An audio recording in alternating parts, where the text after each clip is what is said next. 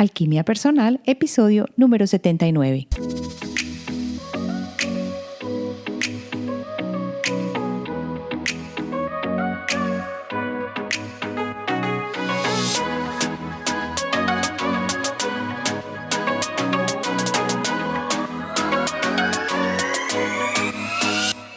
En este episodio vamos a hablar de el sol como punto de referencia y lo que usamos para iluminar hoy en día, las famosas luces a las que estamos expuestos. También vamos a ver los efectos biológicos de la luz artificial, por qué hay que esforzarnos en producir vitamina D diariamente y por último vamos a ver qué podemos hacer para maximizar el uso de la luz del sol. Quédate conmigo en Alquimia Personal.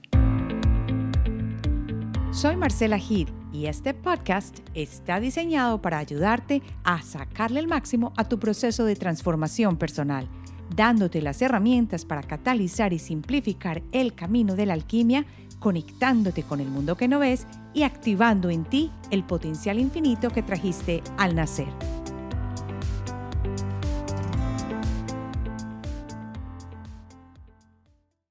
Bienvenido a este episodio donde vamos a hablar de los peligros de la luz y cómo evitarlos. Suena súper aburridor, pero les cuento una cosa. La realidad es que si no empezamos a cuidarnos y como consumidores a darnos cuenta que tenemos que ser muy cuidadosos en lo que ponemos en nuestro hogar, en cómo vivimos, en lo que ponemos en nuestro cuerpo, cómo nos alimentamos, entonces vamos a terminar con graves problemas después de muchos años y en este momento tenemos la capacidad de tomar decisiones que afectan la producción en países donde vivimos porque como consumidores tenemos el derecho a exigir ciertas cosas. Pero el problema está en que no estamos muy informados. Hoy quiero contarte los peligros de la luz y sobre todo de la luz artificial. Aunque la luz del sol también tiene sus peligros, me voy a dedicar más a mostrarte el peligro de esa famosa luz artificial como las LEDs que tanto nos encantan en nuestros hogares porque son tan económicas y se ven tan lindas, y las luces fluorescentes que se usaron y aún todavía en algunas partes del mundo se usan como en factorías o en maquilas, donde se ha comprobado que definitivamente causan mucho detrimento para la salud de las personas.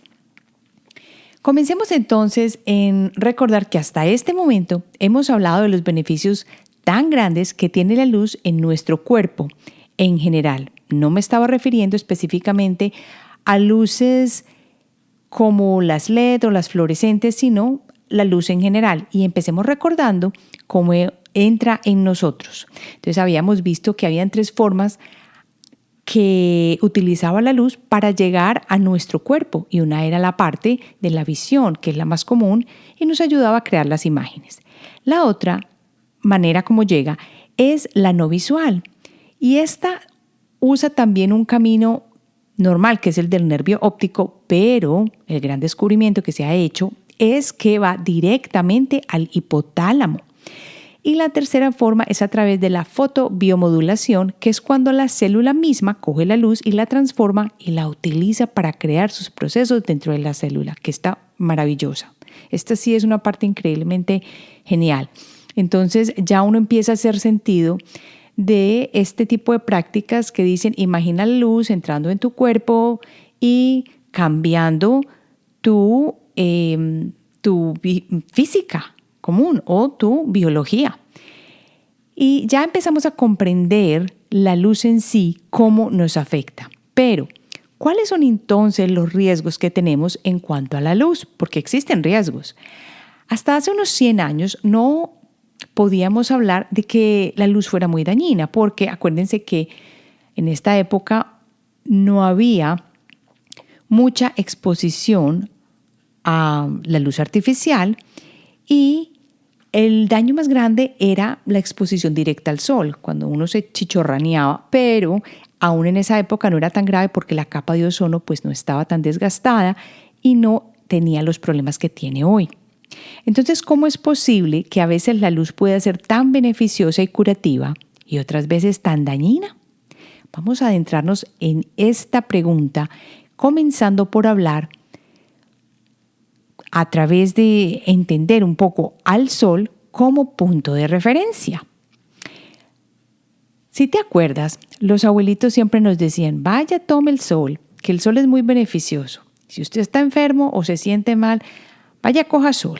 Y ellos tenían razón, aunque sin específicamente saber cómo nos estaba afectando la luz del sol a través de qué vías o cómo lo hacía. El caso es que la luz del sol nos ayuda a generar nuestra visión a través de los conos de la retina y generalmente eso es lo que siempre hemos sabido.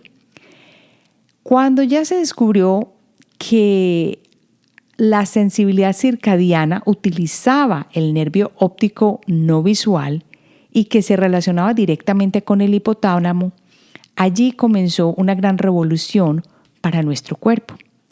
Esta se relaciona con el espectro de la luz que ya va entre unos 460 o a unos 490 nanómetros y que es la parte azul del arco iris. Entonces ya empezamos a ver las diferencias porque ya se empezó a estudiar un poco más la luz y a ver cómo tenía o cómo producía cambios en nuestro cuerpo.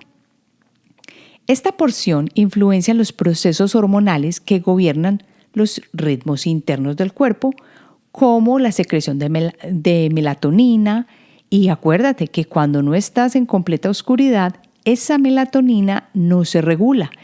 Y esa es la oscuridad que necesitamos para que se produzca. Entonces, la cantidad de luz a las que estamos expuestos, ya sea natural y no natural, hace que nuestro cuerpo cambie definitivamente y se regule de acuerdo a esa cantidad de luz y al tipo de luz al que estamos al que estamos recibiendo. Fue una maravilla entonces que en 1870, un físico británico hubiera creado una bombillita de vidrio con un filamento de papel de carbono. Esto fue una maravilla y revolucionó al mundo. Y luego, después de esto, fue el famoso Edison que comenzó a desarrollar la bombilla incandescente que tanto conocemos. Las personas que son muy jóvenes, lo más seguro, no se acuerdan mucho de la bombilla incandescente. Pero yo sí me acuerdo porque a mí me tocó, es más, en mi escritorio cambié la luz LED por una bombilla incandescente y después de que tú escuches este episodio vas a entender por qué. Y puede que estés diciendo, Marcela, pero es que esa bombilla incandescente calienta y además es como un color muy distinto. A mí me encanta el color blanco, pero vas a entender por qué una bombilla incandescente es mucho mejor que una bombilla LED o una bombilla fluorescente. Fue una maravilla entonces cuando este británico creó esa bombilla y empezamos a tener pues la bombilla eléctrica. Cuando miramos a las bombillas halógenas incandescentes, pues son muy similares a la luz del sol. Y son las típicas conocidas que se calientan bastante y que botan mucho calor o emiten mucho calor, pero que iluminan con un tono amarilloso. Y bajo este tipo de bombillas generalmente no tuvimos problemas. Pero se sabía que la pérdida de electricidad era bastante grande. Por eso todo el mundo corrió y cambió las bombillas de su casa por bombillas LED y antes de estas por las bombillas fluorescentes.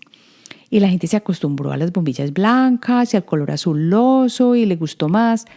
Pero la realidad es que este color y estas bombillas no son tan buenas para nuestra salud. Luego, a partir de esto, se descubrió la bombilla fluorescente después de la incandescente, donde había mucha eficiencia energética, pero cuando se observa científicamente, emite la luz a partir de unas líneas. Así es como yo lo entiendo.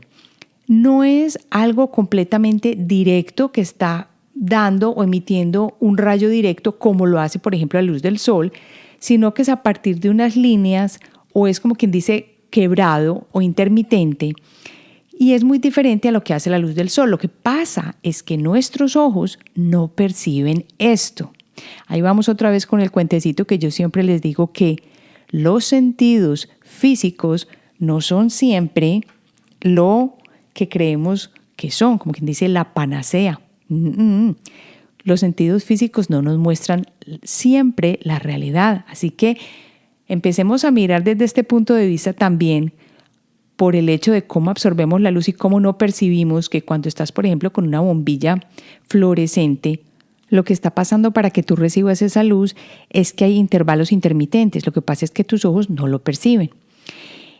Y esto, pues al principio, cuando se crearon esas bombillas fluorescentes, esto no era así. La gente sí lo percibía un poquito más y empezó la gente con migrañas y con dolores de cabeza y con sentirse mal y que tenían ganas hasta de vomitar y muchas veces no entendían qué pasaba. Y era que la producción de la luz a través de este sistema pues no era el mejor porque tenía pulsaciones que eran muy obvias para el sentido de la vista y causaba problemas. Entonces lo que hicieron fue regular esos intervalos y ponerlos más seguiditos de manera tal que nuestros ojos ya no los percibían. Desafortunadamente, nuestros ojos, que usan solamente los conos que están en la retina, no son capaces de distinguir cómo viene esa luz, si de manera continua o de manera discontinua. Y por eso es que la luz fluorescente aparece ante nuestros ojos como continua y blanca, pero no lo es. Para nadie hoy es un secreto que la luz fluorescente es terrible para el ser humano. Y el primero que se dio cuenta de esto es John Nash, que hizo un experimento de fotografía en lapso de tiempo, donde se podía ver claramente que no había un espectro continuo de la luz. En este momento, los que usamos LEDs, porque aquí en mi casa también hay LEDs en los ojos de buey, vemos que esto evolucionó el mercado y que de un momento a otro todos corrimos a cambiar las luces, ¿cierto?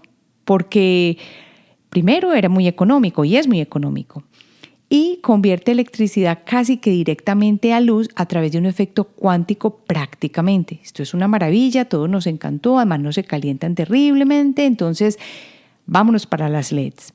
Pero, como vas a ver acá, los problemas son muchos y por eso aquí vamos a aprender a protegernos.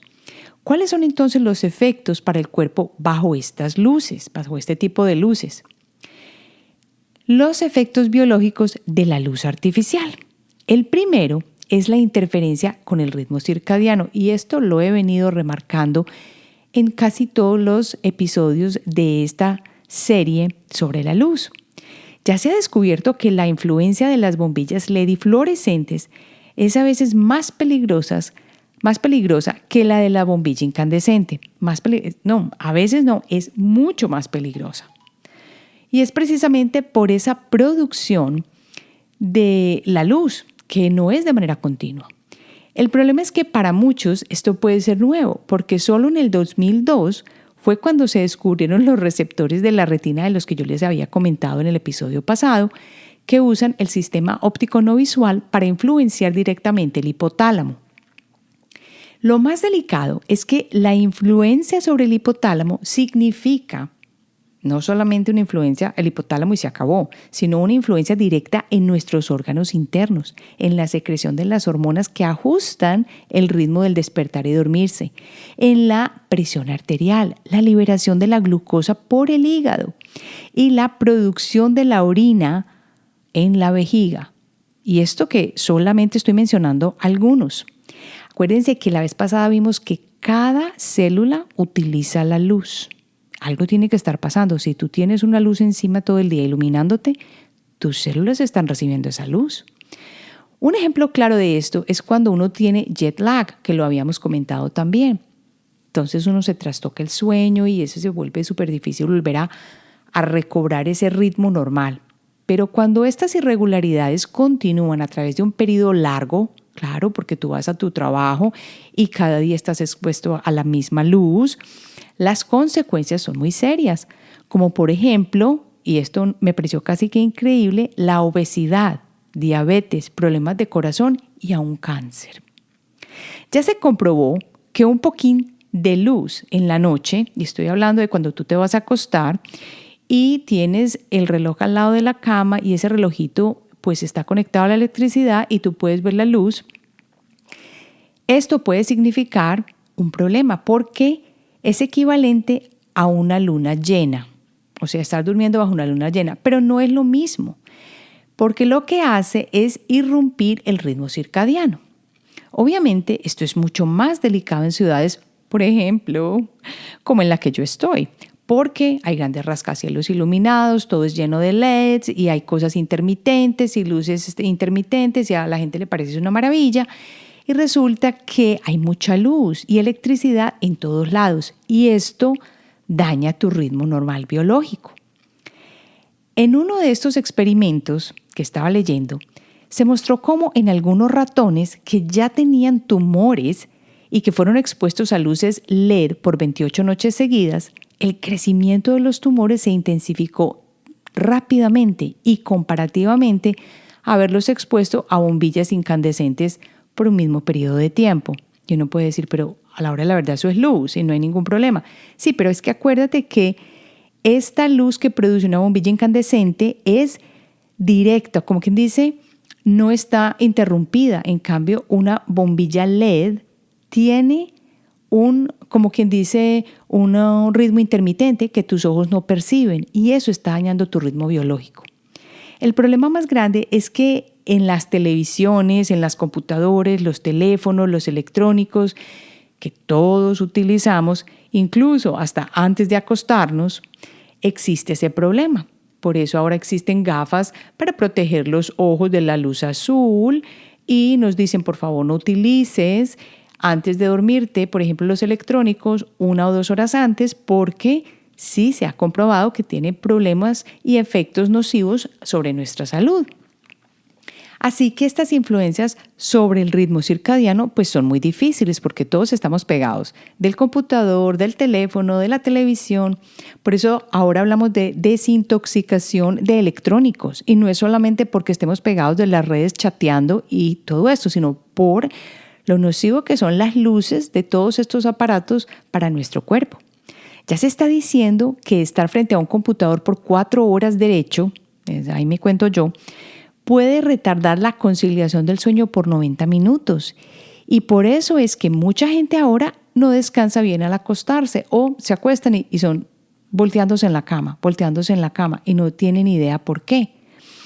Es tan bueno coger un tiempo de oscuridad completa antes de acostarse, aunque sea unos 15 minutos de completo silencio, de completa calma, de completa oscuridad y simplemente sentir qué está sucediendo y calmarse. Esto te ayuda a regular tu sistema circadiano, algo tan simple como esto.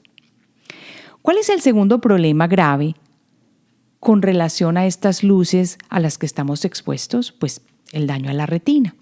Ya se comprobó que estar expuesto a luces artificiales arruina la retina y en general el ojo, ya que ayuda a la formación de cataratas, a la degeneración de la mácula y la parte central de la retina donde están localizadas, pues en la mayoría, los fotorreceptores. El problema también es que esto es acumulativo. Así que si uno está expuesto un poquito diariamente, esto se va acumulando hasta que ese daño de estar expuesto a esta luz azul se vuelve mucho peor. Recordemos que la luz del sol y por tanto las bombillas incandescentes, porque acuérdense que son las más parecidas a la luz del sol, tienen un mayor balance y te exponen a un riesgo mínimo para la retina. Entonces aquí ya entiendes el comentario que yo hice al principio y que dije que por eso era que yo tenía en mi escritorio una bombilla incandescente, no una bombilla fluorescente. Y vuelvo entonces con esto de los estudios, donde ya se ha comprobado que algunos ratones que fueron expuestos a luces fluorescentes y azules pudieron ser sanados, esto es importante, con ser expuestos a luces infrarrojas. Entonces ves que la luz puede ser o muy beneficiosa o puede ser pues malísima, dependiendo de cómo la usemos y para qué la usemos. El tercer problema con estas luces es que son intermitentes, especialmente las LED y las fluorescentes. No sé si te acuerdas o si tienes hijos que hayan jugado alguno de estos juegos del que te voy a hablar, que se llama Geometry Dash. Había una parte de ese juego que tenía esas luces intermitentes súper fuertes y yo me acuerdo que mi hijo se reía y decía que ya habían chicos que habían experimentado convulsiones por estar expuestos a estas luces intermitentes. Entonces miren qué tan grave es el problema. La oscilación puede ser catastrófica y el problema es que esto existe en las luces fluorescentes y comunes. Sin embargo, nuestros ojos no las perciben.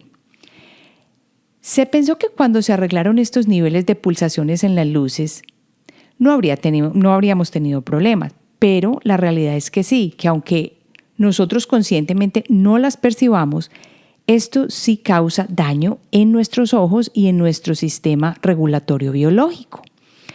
La realidad es que estas pulsaciones causan migrañas, dolores de cabeza y estrés como mínimo. Ahora vamos a pasar a hablar de la vitamina D. ¿Qué es lo que nos dicen cada año los médicos? O al menos a mí me dicen cada año que yo voy a mi físico anual. Me dice, por favor, siempre pendiente de la vitamina D, sobre todo porque estoy en un país al norte o algunos al sur, porque hay ciertos momentos en que no nos llega tanto la luz del sol. Es súper importante que comprendamos la importancia de la vitamina D y que es muy indispensable para una salud excelente. Si no hay suficiente, pues causa susceptibilidad, como por ejemplo a la osteoporosis, fracturas, diabetes, cáncer, hipertensión, infecciones y problemas autoinmunes. Pero sin irnos tan allá, cuando uno no se siente bien, yo te aseguro que si tú sales a la luz del sol por un tiempo, te vas a sentir mucho mejor. La recomendación diaria es de 800 a 1000 IU. IU quiere decir unidades internacionales. Y esto se puede obtener a través de la luz del sol y en algunos casos a través de suplementos. Pero no siempre son los mejores porque no es lo mismo un suplemento sintético que la luz del sol. Pero a través de plantas y a través de comer, solamente no vas a obtener esta dosis recomendada diaria. Así que la principal fuente de vitamina D es la luz del sol. La luz violeta que nos emite el sol, es importante que la entendamos, tiene como quien dice 3 divisiones y es la UVA, la UVB y la UVC. La UVC es la más dañina y la UVB es la que produce la vitamina D, o sea que es como quien dice la más importante. ¿Qué podemos hacer entonces, ya que sabemos cómo nos ayuda la luz del sol y cuál es la importancia de recibir la luz del sol directa? Y yo sé que ibas a decir, ay no, pero Marce, me voy a arrugar y siempre salgo con antisolar y yo no dejo que me dé el sol. Pues tengo noticias para ti. La luz del sol la deberías tomar diariamente, mínimo 15 minutos y directa exposición al sol. Vamos entonces a pasar a puntitos que nos cuentan qué podemos hacer para maximizar el uso de la luz del sol. Estos puntos son muy simples. ¿Por qué los hice así? Para que no tengamos excusas o digamos, ay no, yo no lo puedo hacer porque eso es muy difícil o me cuesta mucho dinero. Estos punticos que te voy a dar aquí son básicos y que si los llevas diariamente te van a aumentar tu nivel de vida a ser de mucha más calidad. Aunque parezca contraproducente, hay que exponerte a la luz del sol cuando está en el punto más alto. ¿Qué? Ya me parece estarte oyendo.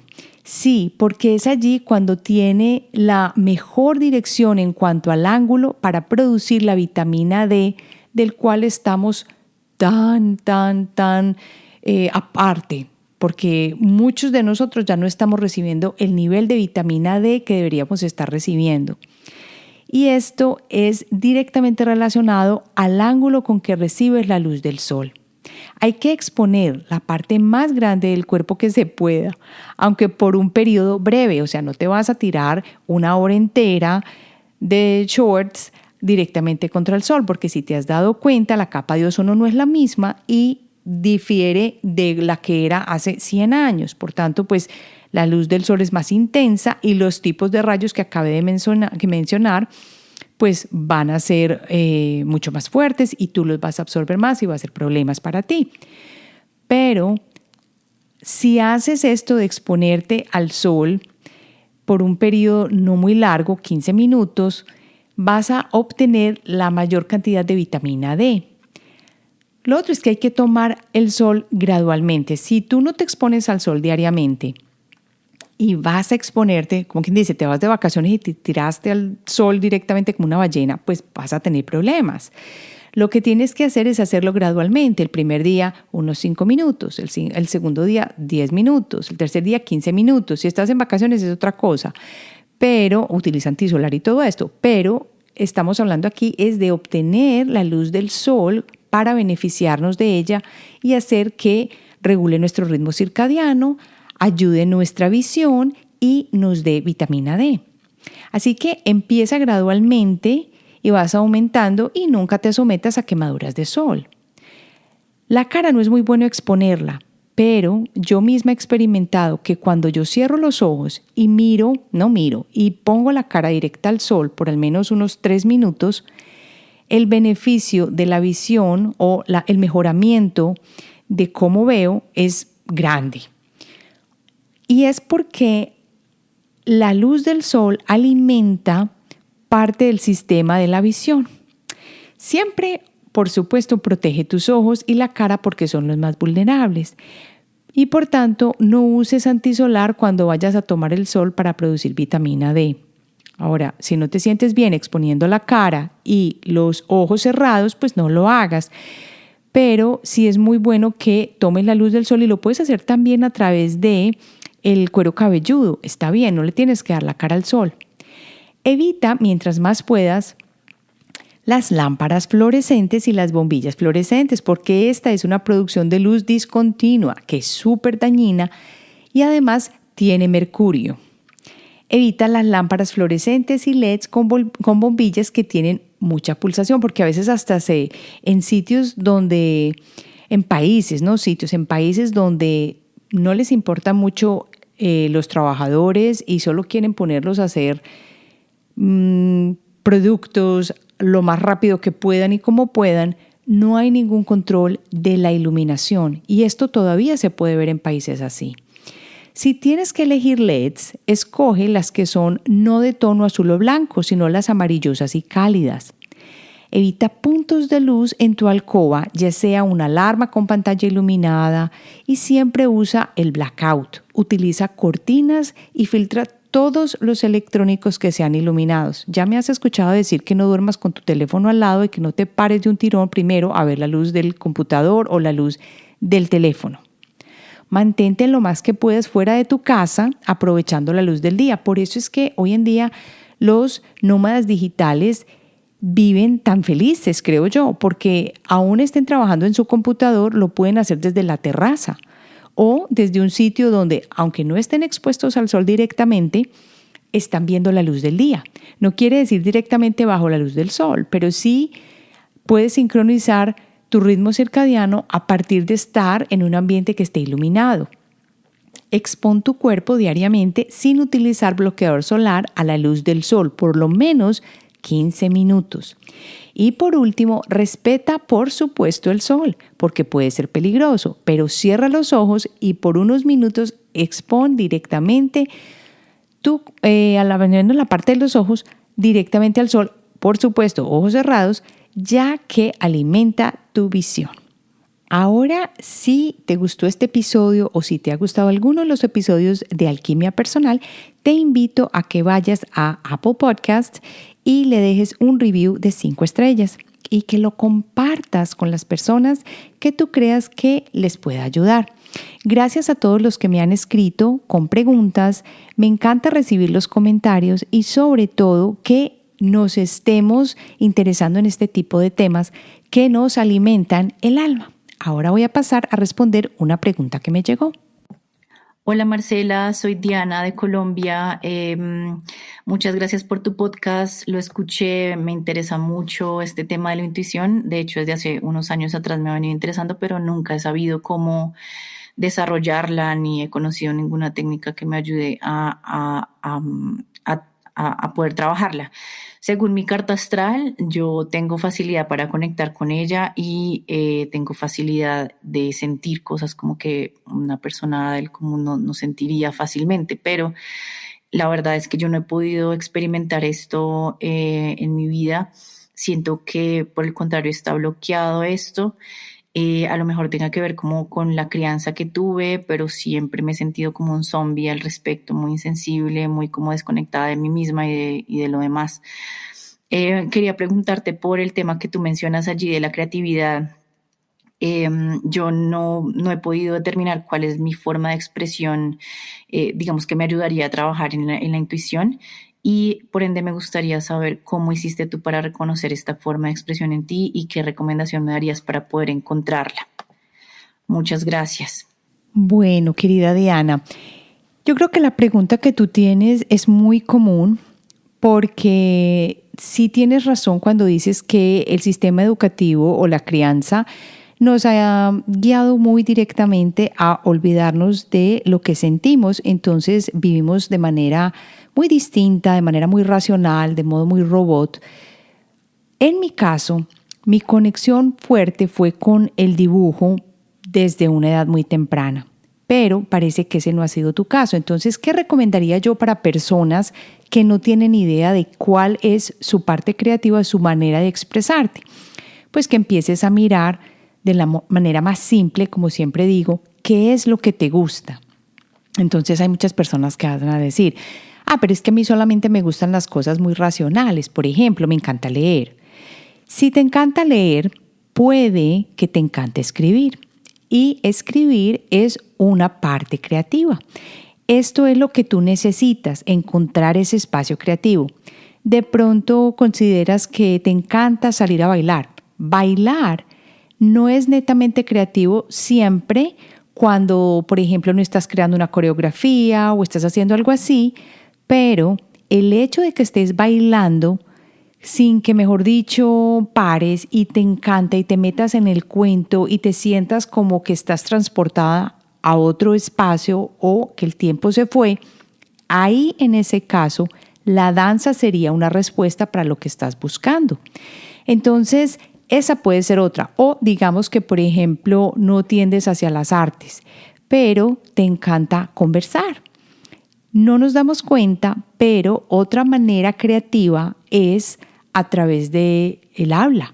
El habla nos ayuda muchas veces a personas que tenemos el quinto chakra mucho más desarrollado y que nos da la capacidad de recibir información rápidamente y compartirla. Entonces, si hay algo como esto dentro de ti, piensa en un tema que te guste y empieza a compartirlo. Y en el momento en que empiezas a hablar de ese tema o que vas a hacer una investigación de ese tema, vas a sentir otras necesidades que llegan directamente como ¿qué tal si lo dibujo? ¿Qué tal si lo organizo?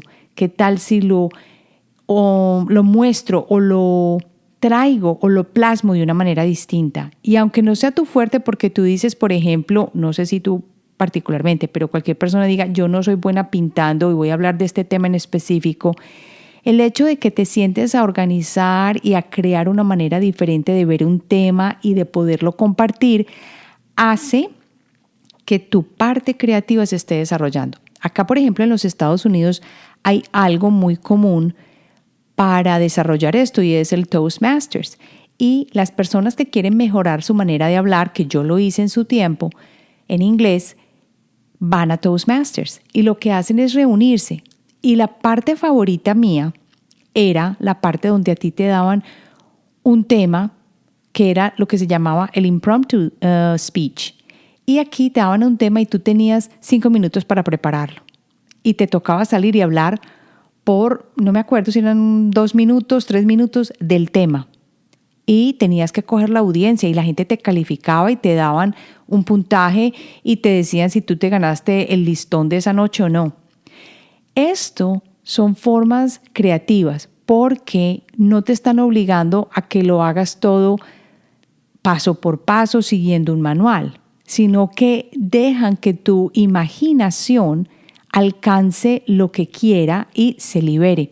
Si tú no encuentras todavía así una metodología o algo, yo te sugiero que si hay algo que te llame la atención, así sea, por ejemplo, una clase de yoga, o que te metas, si algo no te está llamando la atención, a una clase a ver qué tal. Porque como Sir Ken Robinson decía, cuando vamos a encontrar nuestros talentos, que para mí son la expresión del alma, tenemos que exponernos a muchas cosas para poder darnos cuenta qué es lo que verdaderamente amamos y qué nos gusta hacer. Entonces, esa sería mi manera de guiarte hacia lo que te gusta. Empieza a buscar qué te llama la atención, qué tipos de libros lees, qué tipo de actividades te gusta. Y puede que sea tan simple como cocinar, porque la persona que está mezclando cosas sin seguir una receta, pero que está creando algo o que está añadiendo algo diferente a una receta, está creando y está modificando.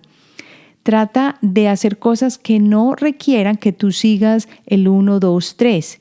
Eso es un momento creativo. Y mientras más cosas intentes, más te vas a dar cuenta qué es lo que te gusta. Así que espero que te haya ayudado, Diana, y así terminamos el episodio de hoy y nos vemos entonces la próxima semana.